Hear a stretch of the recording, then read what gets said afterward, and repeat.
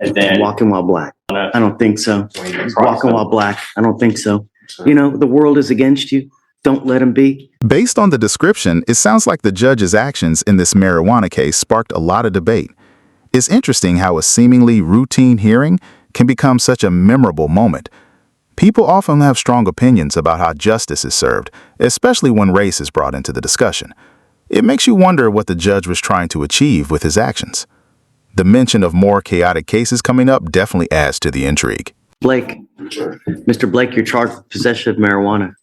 You're facing up to 6 months in jail and or a $2,000 fine. We are going to do probable cause. You have the right to remain silent. Anything you say can or will be used against you. You have the right to have an attorney present. If you cannot afford one, one will be appointed to you, sir. Okay. On September 4th, 2024, officers were dispatched to a possession of marijuana investigation at 100 Hollows Tree Lane in Harris County, Texas. Officer was informed defendant crossed unauthorized crossing point from convenience store to apartment complex. Officer observed strong odor of marijuana. Wait. He did what? It says he crossed an unauthorized crossing point. So I guess he crossed the street. Is he jaywalking? Yeah. Yes, Your Honor. And then Walking while black. and it says the officer observed a strong odor of marijuana, and he was informed that the defendant had begun to walk backwards upon being asked about marijuana by another officer. A PC search was conducted, and the officer observed a large sack of marijuana. I don't think so. Walking while black. I don't think so. I'm going to find no probable cause. Yes, Your Honor. Mr. Blake, be careful, man. You know, the world is against you. Don't let them be. Do something with your life. You know what I mean? The more you just, come on, man. All right, I'm going to have you just take a seat and back, all right? Hang tight. All right, Judge. Ms. Treadwell, you're charged with driving while intoxicated.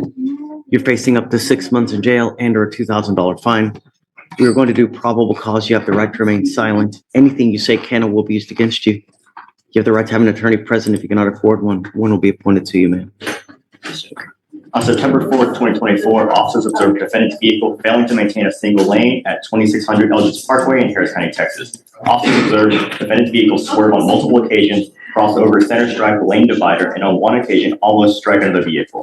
Traffic stop was initiated. Officers made contact with the defendant, who was the driver of the vehicle. The officer observed lethargy, slurred speech. Defendant was read the DIC and refused blood. A blood search warrant was obtained and executed. Defendant was ID with a Texas driver's license. Did you say there was an odor of alcohol as well or no? No, Your Honor. Hey, Ms. Don't say anything. I'm sorry. Ms. Treadwell, I'm going to find that there's probable cause to go forward with your case. Do you have a Texas driver license, ma'am? Yes, sir. Do you have valid liability insurance in your name? Yes, sir. Okay, I'm ordering you now as a condition of your bond not to consume alcohol, illegal drugs, or unprescribed controlled medication. You need to understand if you're taking any kind of medication for depression or any other prescribed medication, controlled medication, it's still possible to abuse it, intoxicate, or make yourself, without the ability to drive. If you take too much, if you do something that you're not supposed to, you end up on the street again. I'm going to put you in jail. Do you understand that? Yes, sir.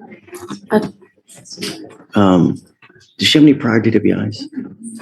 I will check, Your Honor. If you can run her NCIC, please. How old are you, ma'am? 32. What do you do for a living? I'm a case manager for individuals with mental health and IDD.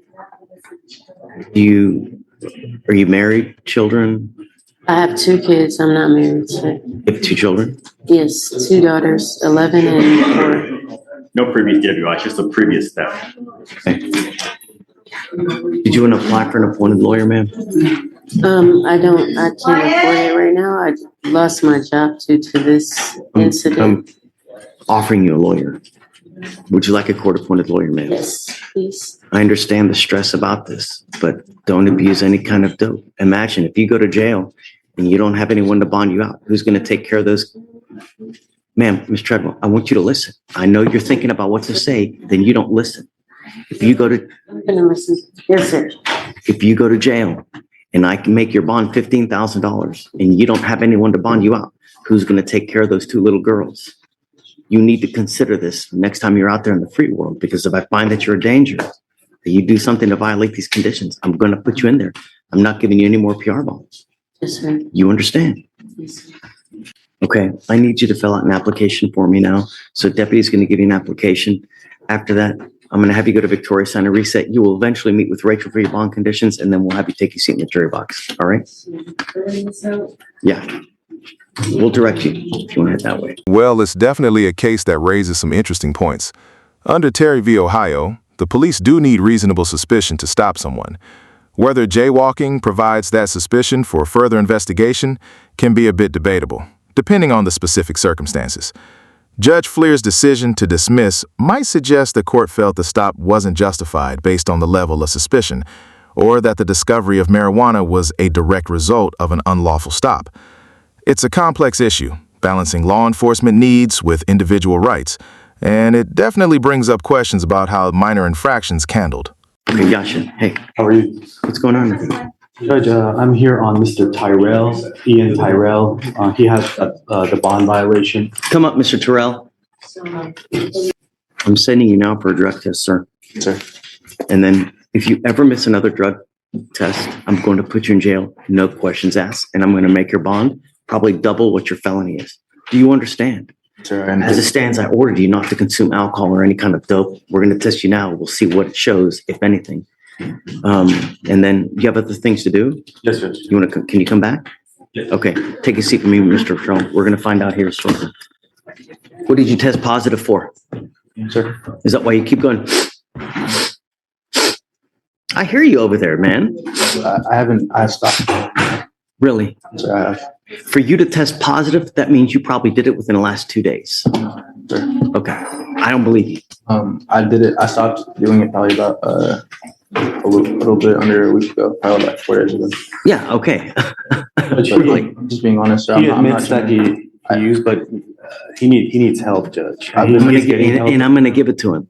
I've been going into A meetings and stuff as well. It's not working for you because you're still using. And I'm not gonna take you coming here and telling me that I've quit, I'm gonna stop.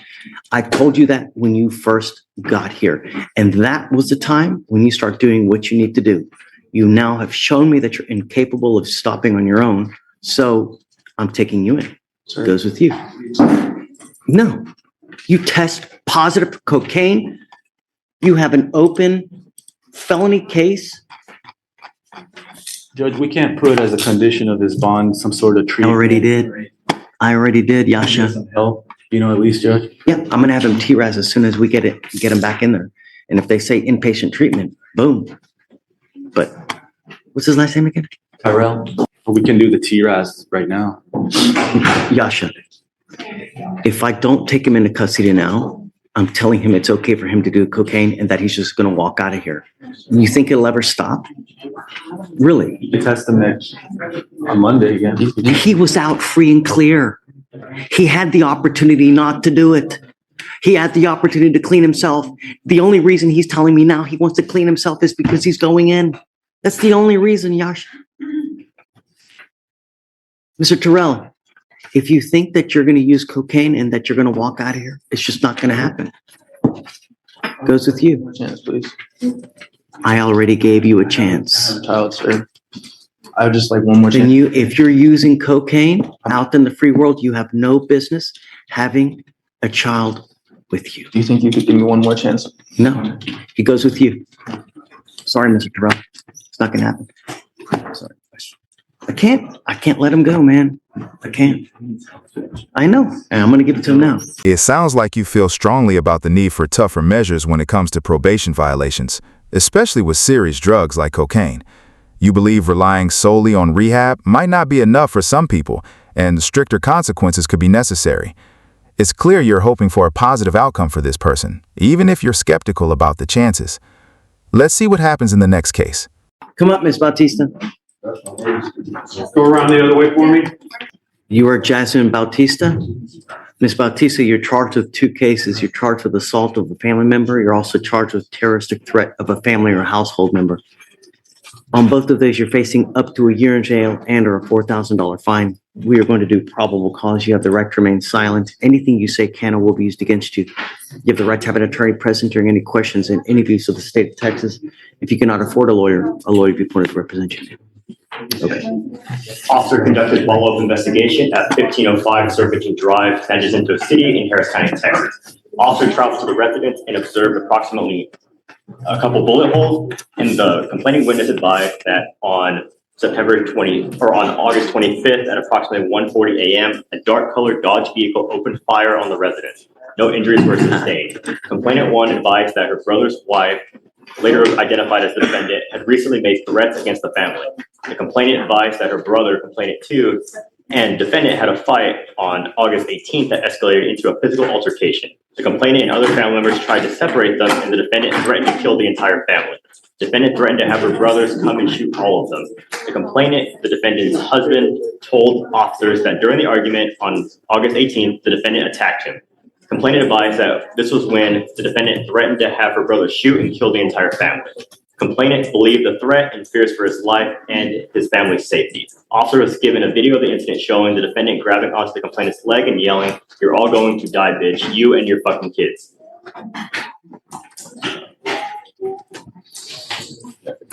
That statement, "you're gonna die," say that last statement again? "You're all going to die, bitch, you and your fucking kids." You, meaning the Meaning the, complaining witness, which is, I believe, it was the defendant. Zamaripa? I believe. There's 2 complaining witnesses. There's the defendant's husband and then the defendant's husband's brother or sister, my apologies. Okay, so it's a sister-in-law. So Ivan is the husband. Are you currently married to this person? Okay. Did I hear you say anything about the assault? What did you say about the assault? No, that was just the terroristic threat. In there, it says that there was a video of the defendant grabbing the complainant's leg. And then and there was also a physical altercation that they had to get involved in, separate them. Okay, well, tell me about the assault. There has to be some kind of, Can I have a response when he's done with that, yeah? absolutely. Let me see if I can find the OR, Your Honor. Sure. Yeah, I have here, it says, on August 18th, 2024, the defendant, Jasmine Bautista, and the complainant were arguing and they were physically fighting. Raquel Zamaripa stated she saw the defendant scratching her brother. Raquel stated that she got involved to try to stop them from arguing and fighting, and that is when the defendant began screaming threats to her. The complainant and the other household members that she was going to have them all killed. The complainant statement, she believed the defendant could and would perform these threats. Yes, Your Honor, there's that, and then when she grabbed the complainant's leg. So there's that first physical altercation where they had to intervene, as well as whenever she grabbed the complainant's leg. Okay, so let me just read this to you so that you also get this. It says, affiant spoke with Ivan Zamaripa, the complainant, on or about August 29th, 2024, at the Jacinto City Police Department. Ivan stated that he has dated and lives with the defendant, Jasmine, for about a year. He stated that on August 18th, he was having a verbal argument with the defendant as she did not want him spending so much time with his family members, and that the defendant hit him and scratched him and bit him. Complainant stated a couple of his family or household members began to try to separate the defendant from him. As this was going on, the defendant screamed that she was going to have her brothers come to the residence and shoot all of them, and that they were all going to die. Complainant stated the defendant also stated that she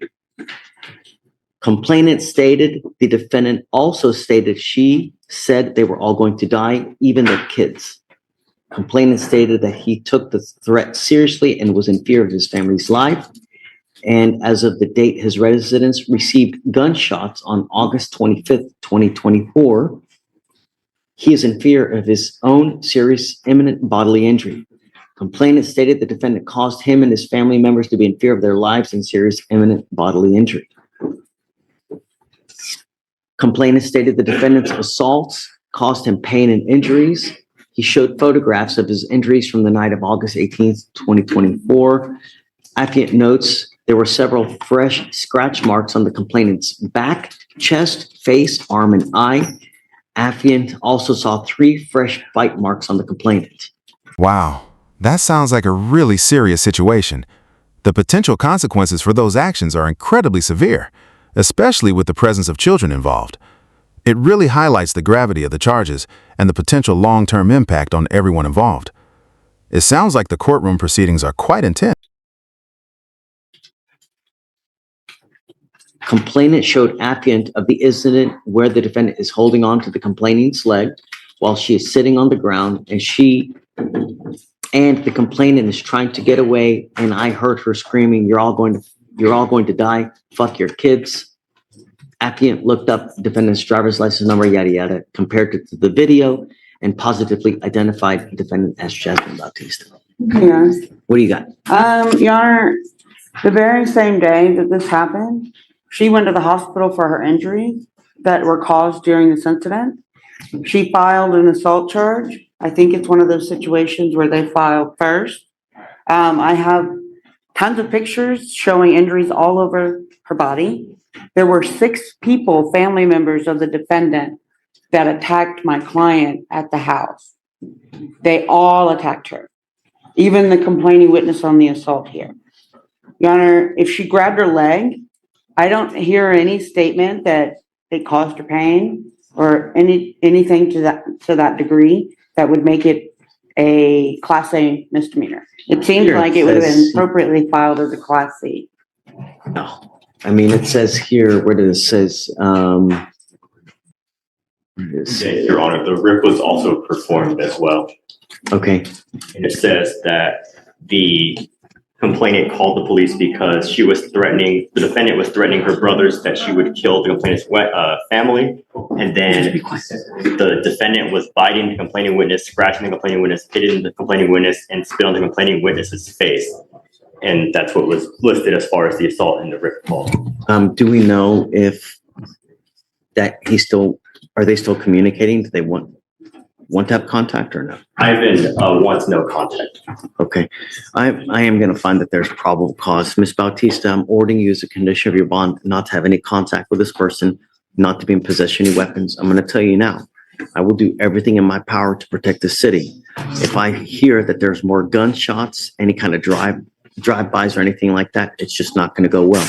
You're the one that's going to end up going to jail. So just for now, cut ties. Just go on. You have kids with this gentleman? Okay, it's wonderful. Just plenty of other fish in the sea. You know what I mean? Really, so many. Just please, there's a protective order in place. I would get to know it because if you violate the protective order, the state they will file additional charges against you, and then it's really going to go sideways. So please, no contact, no weapons. Okay. The protective order extends to him and to Raquel Zamaripa as well. Do you have any questions? So one more thing you need to understand is that the protective order limits you from going within 200 feet of where they live or where they work. So understand that you can't go over there. Even if he calls you and goes, hey, come on over, let's talk it out. I love you to death. Come on. No, if you go, you're still in violation, even if he were to ask you to go over there. So just, if he calls you, don't answer. Calls from an unknown number, hang up the phone. If he texts you, don't reply. Just, that's it. Give me questions.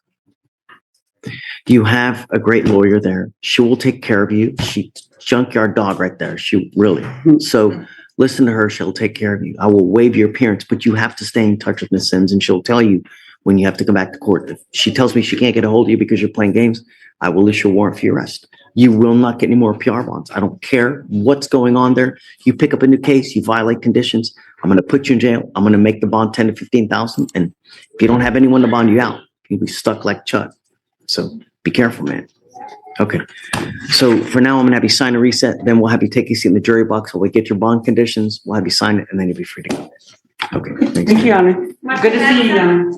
It sounds like you're really frustrated with the court's decision to issue a restraining order instead of harsher penalties. You feel like the system didn't hold her accountable, and that kind of outcome can definitely make people question the fairness of the justice system. It's understandable to want to know more about what happened afterward to see if there were any further consequences.